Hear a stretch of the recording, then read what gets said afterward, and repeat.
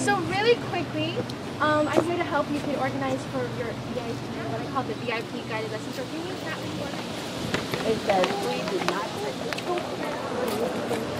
Home Depot, did not get it from Osh, and we didn't get it from Lowe's. It is 100% Italian stone. It comes all the way from what country? Italy. Just making sure you're listening. Okay, great. It's between 8,000 to 800,000 years old. Is it old? Yes. This same, what is this stone called? Travertine. Travertine was also the same stone that was used to build the Colosseum in Rome. And yes, it took 100 shipments from Italy, pre-cut, to build the Getty Center. Is that close?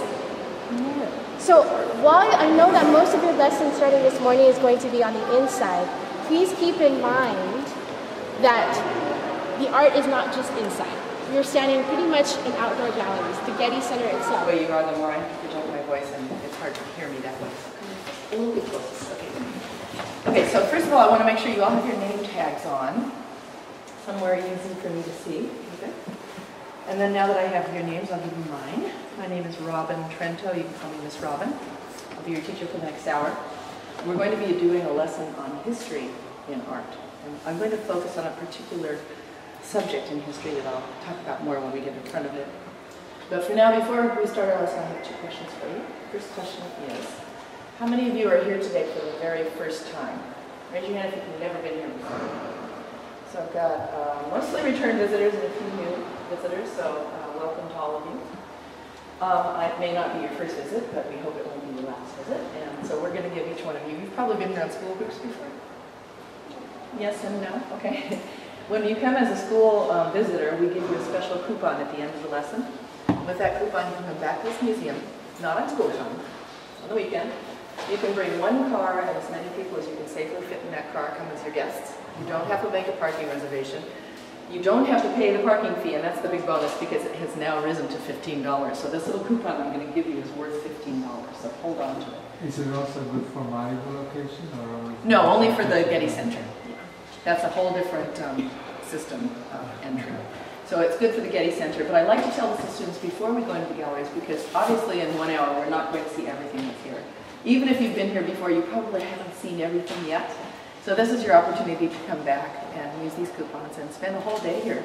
And the museum is free to visitors anyway, so with the free parking and the free museum entry, you can spend a whole day here for free. It's actually a very good deal. So keep that in mind. And my second question is, did you get a chance to see a video about the museum in the classroom? Usually we send out a video or a DVD or something so that you're prepared for your visit. It gives you an overview of the collection, but it also gives you guidelines how to go through a school visit. The most important of which, and you may have discussed this in the classroom, is whether or not I'm going to allow you to touch the works of art. Anyone want to guess? No. No. And why don't we touch works of art in the museum? Who remembers? Because we might harm them, and why do we not want to harm works of art in the museum? Well, raise your hand if you have an answer. Because they are expensive, and the reason they're expensive is that they are irreplaceable and that they are original artworks. The ones we'll be looking at are actually, all of them are hundreds of years old. So if anything were to happen to any of these objects, even if we think we have clean hands and we're not going to harm them and we can just touch it like that, we still have natural oils in our fingers that can leave behind residue and eventually make them dirty. So we can't call up the artist if something gets harmed and say, you know, that one's dirty, make us another one. Because all of the artists whose works we'll be looking at today are long gone, hundreds of years ago. So that's why we don't touch. And that said, we're now going to enter a gallery, and I'm going to read. And people, so there wasn't a lot of interaction of different philosophies and different cultures. And when people would encounter death of a loved one or someone they knew, all the big questions in life come up when you see someone die. And even today, if we lose a brother or a grandparent, you know, you start to think, well, death, what does that mean? This was a culture that was completely immersed in death on a daily basis. You would go to have a baby and you would die in childbirth. It was very common. You would stub your toe, get an infection, you would die. You'd fall off your horse, have internal bleeding, you would die. They didn't have the hospitals, they didn't have the medicines that we have today. The plague, which is a horrible disease, came through Europe and routinely killed off huge amounts of people. So people were constantly surrounded by death. This is after quite a few bouts of the plague. This is after many bouts of the 1300s, plague, and so. even if it's a moment where the plague is not active, Right. you're still experiencing about it. death. People die, experience death. They went to funerals all the time. So when you experience death, the big questions that are the universal questions of life come up. Why did that person die? Where did that person go? Will I ever see that person again? When am I going to die? How am I going to die? And when I die, where will I go? And what does life mean anyway? What am I here for? All the big questions. And the answers to those big questions, which every single culture from the beginning of time poses, because we all deal with death, the answers lie in religions and philosophies. So the predominant religion of this culture was the Catholic, the Christian religion. So when people asked those questions, the church had the answers.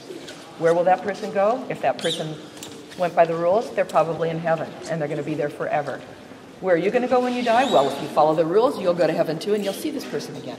So people tried to live very pious lives because they wanted to go somewhere where they were going to have eternal happiness. Does this make sense to you? Okay,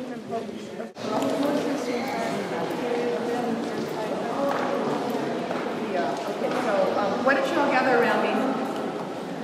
This is actually, look at this horse. I had to look at it when I came down the stairs from the landing.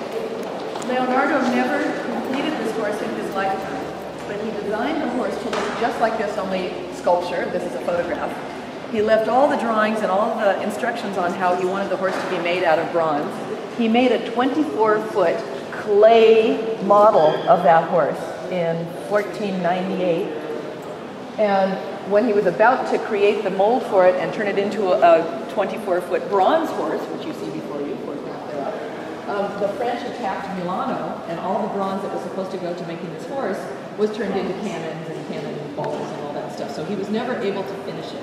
He had to flee from Milano, and the terracotta horse that he left behind, the French troops came in and they took out their bows and arrows and their crossbows and their hatchets and whatever they used for warfare, and they did target practice on his horse. So Brianna, I see you drawing after Leonardo da Vinci. How did you like the exhibit? It was alright. Like, got to see all his drawings and different styles of art that he drew. Just different sketches and also different paintings. This is amazing. Alright. Let me see here.